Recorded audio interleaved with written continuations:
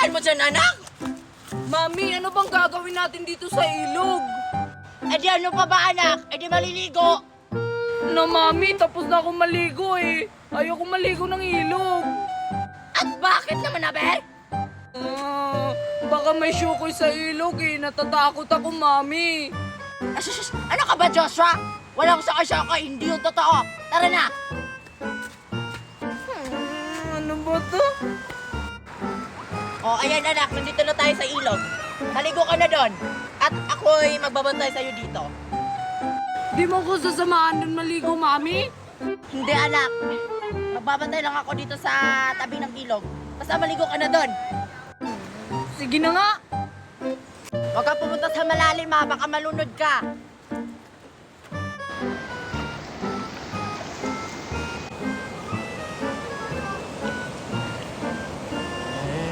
Sakto. May bata. Nagugutom ako.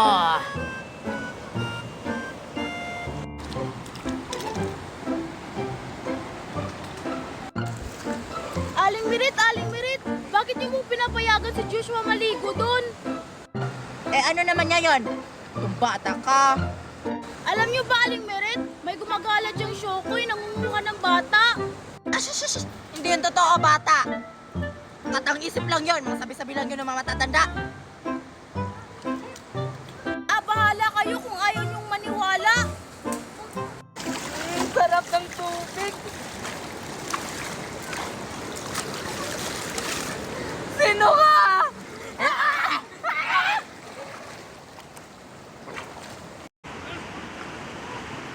Ano nangyari sa anak ko? Ano yun? Ginagawa ng anak ko, naniligo ba yun? Mami! Tulong! Ano nangyari sa anak ko doon? Wala naman siyang kasama doon, ah. Anong kausap niya? Ano? Yung sinain ko, baka sunog na yun. Kailangan ko munang balikan. Mami! Mami!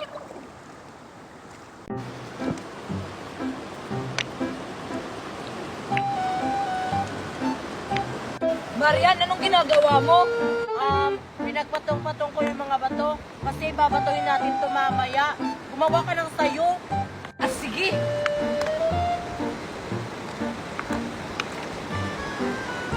Anak, asan yung kuya mo? Nakita mo yung kuya mo? Hindi, Mami. Asan na ba yung kuya mo na yon? Palagi na lang gumagala, ha? Alam naman niyang maglalaba. Asan kaya yun? Dami mo naman puto, anak. Ayan, tapos na ako, Joshua. Ako, Marian, hindi pa tapos. Dalian mo dyan para batuhin na natin to. Ito na, konti na lang. Anong ginagawa niyo, Joshua? Pinagpatong-patong namin yung bato, Merce. Bakit? Wala, nagtatanong lang. Gumawa ka kaya ng sayo, Mercy. Di ako marunong dyan. Bahala ka. Sige na, Joshua. Tapos ka na? Oo, tapos na. Tara, batuhin na natin to. Sige, tara. Umalis ka dyan, Mercy. Baka matamaan ka.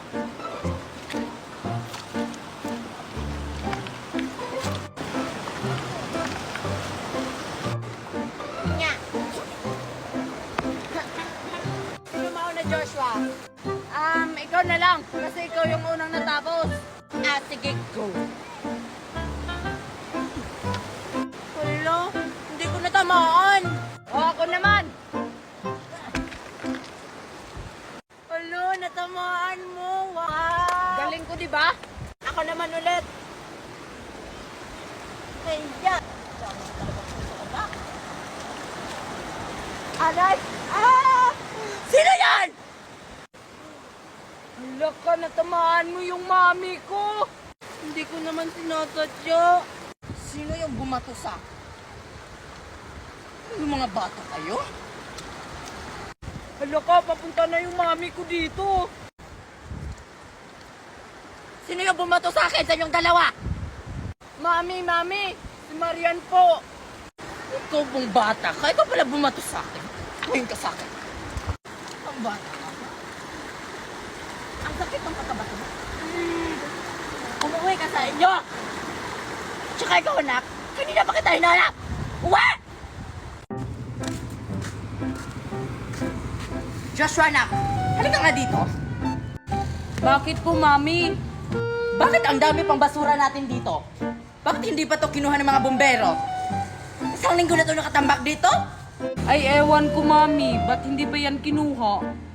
Nako, Diyos ko naman. Bakit hindi pa to kinuha? Dapat kinuha na to. Mangangamoy to dito sa labas ng mansyon natin. Oo po, ma'am. Ako po yung kukuha ng basura. Ako po yung bumbero. Ay, salamat sa wakas. Nandito ka na rin. O siya, kunin mo na yung mga basura dito. Teka, parang pamilyar yung bumbero ah. Hoy, dalian mo yung pagkuha ng mga basura dito, oh. Ang baho-baho na. Pwede patingin ang mukha mo? Parang pamilyar. Marian? Ikaw ba yan? Ikaw ba yung kukuha ng mga basura dito? Sabi na si Marian pala.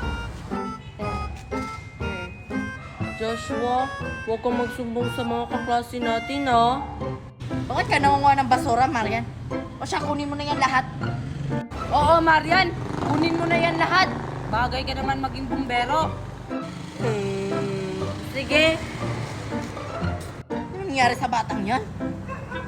Anak, bakit naging bumbero yung anak ni Lite? Eh, di ba mayaman sila? Oo nga, Mami. Nagulat rin ako. Bakit naging bumbero yan? Baka pinalayas yan ng mami niya. Siguro, anak. O, Marian, dalian mo dyan, ha? Ubusin mo lahat ng mga basura dyan. Kasi ang kalat dito sa mansyon namin. Tara na nga, anak. Baka mahawa pa tayo ng...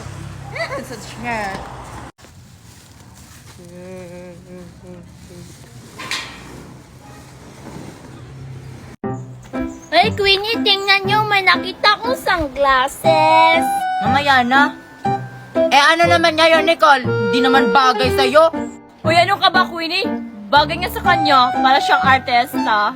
Saan mo ba nakita yan, Nicole? Hala, nasaan na yung sunglasses ko? Ah, baka naiwan ko sa likod. Puntahan ko.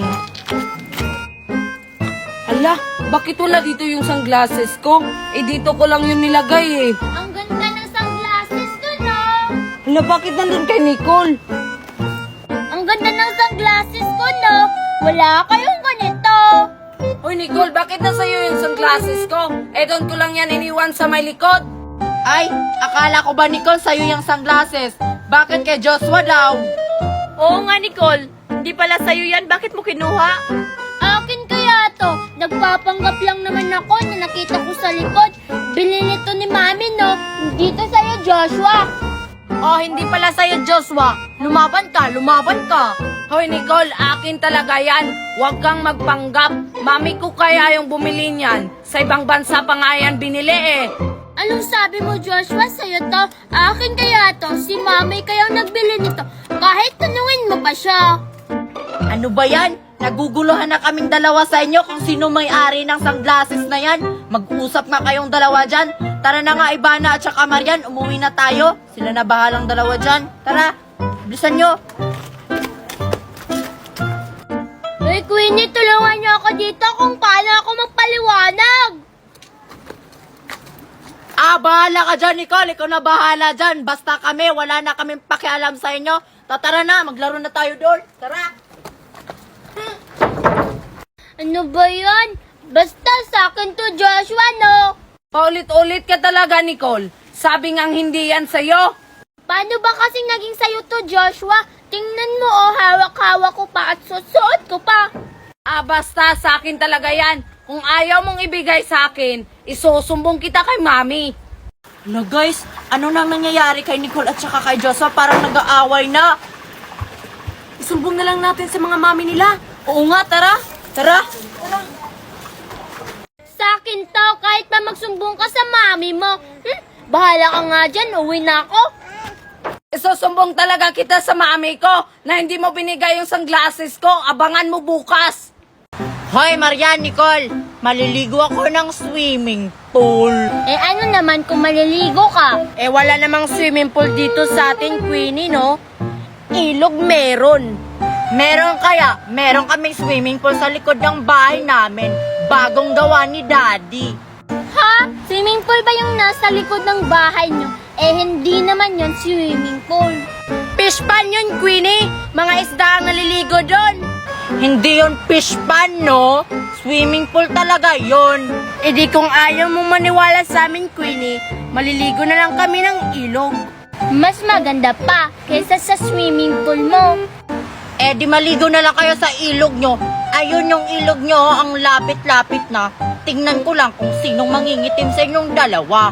Masasandak na lang kami kapag maliligo kami ng ilog. Hindi kami mangingitim, no? Oo nga, sumama ka na lang sa amin, Queenie. Ang pangit maligo ng swimming pool, no?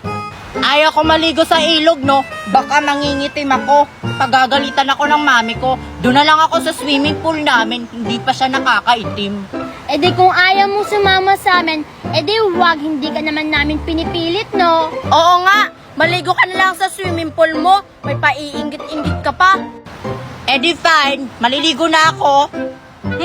Makauwi na nga. Marian, para maganda maligo dun.